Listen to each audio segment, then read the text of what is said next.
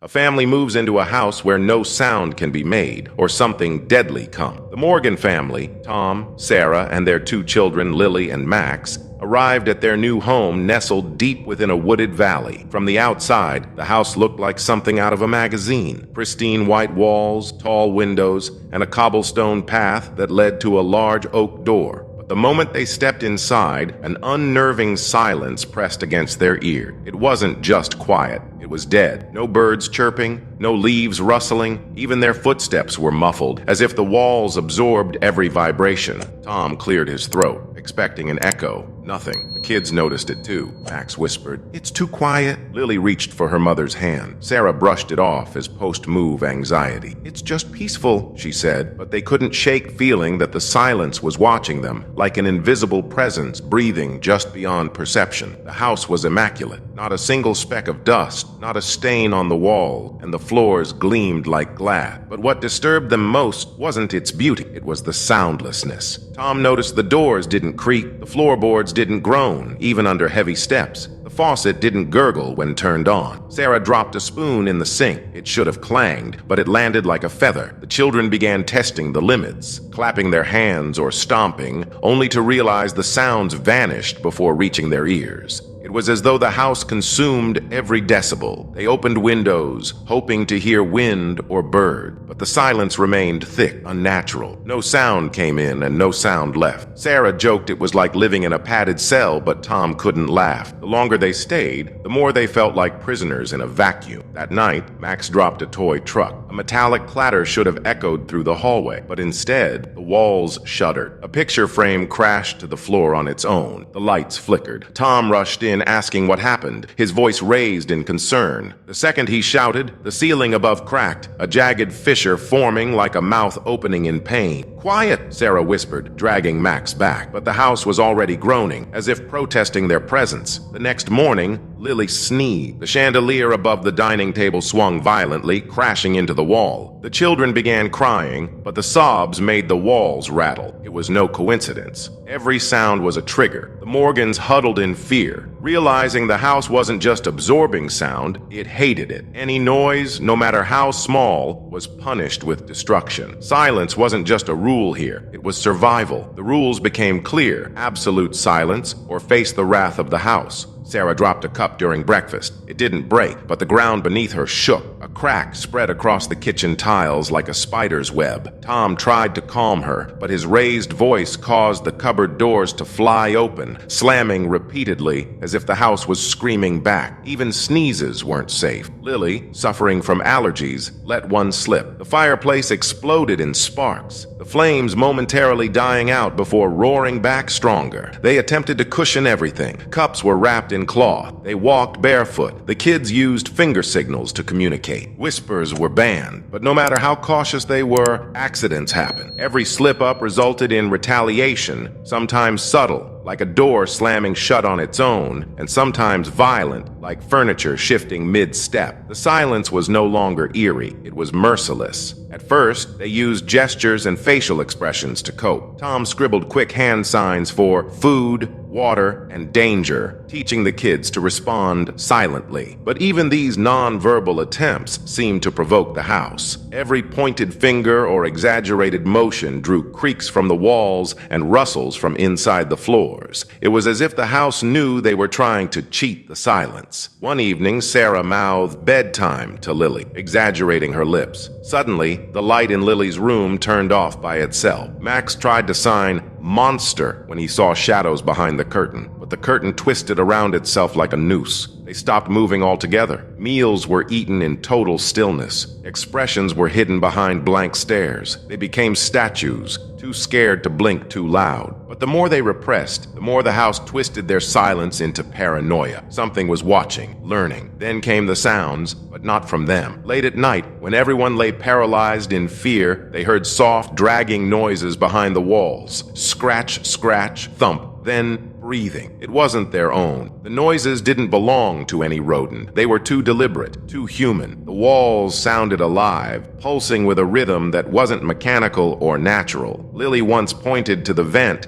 and mimed hearing a voice. Tom pressed his ear to the wall and jerked back. Something had whispered his name. Sarah would wake up in cold sweats, swearing she heard footsteps above their bed. But when Tom investigated, the attic was empty. Max started drawing pictures, shadowy figures with no mouths and hollow eyes. One drawing showed the entire family sleeping, while dozens of eyeless silhouettes stood in the walls, watching. The silence was no longer the scariest part. It was the things living within it. The whispers began as murmurs, low, unintelligible sounds in the corners of rooms. Then they grew clearer. "Get out! Why won't you listen? You don't belong!" But the family couldn't respond. Even a gasp was dangerous. They wrote notes to each other, passing torn scraps of paper in secret. Sarah scribbled, "Did you hear them too?" Tom nodded, his face pale. Max handed Lily a drawing, this one with a whispering mouth behind a crack in the wall. That night, Sarah dared to whisper Tom's name as he slept. The bed levitated and slammed down, nearly breaking her leg. From then on, they obeyed the silence completely. They became ghosts in their own home, terrified of even their thoughts. But the whispers grew louder, as if thriving on their muteness. They didn't just want silence anymore. They wanted madness. And slowly, the Morgans felt it seeping into their bone. One day, while organizing silent signals in the attic, Tom found an old chest behind a false panel. Inside were yellowed paper, journal entries from 1891. The house once belonged to a man named Elias Crow, a cult leader who believed that silence connected souls to the other side. He and his followers performed voiceless rituals, slicing tongues and stitching lips to maintain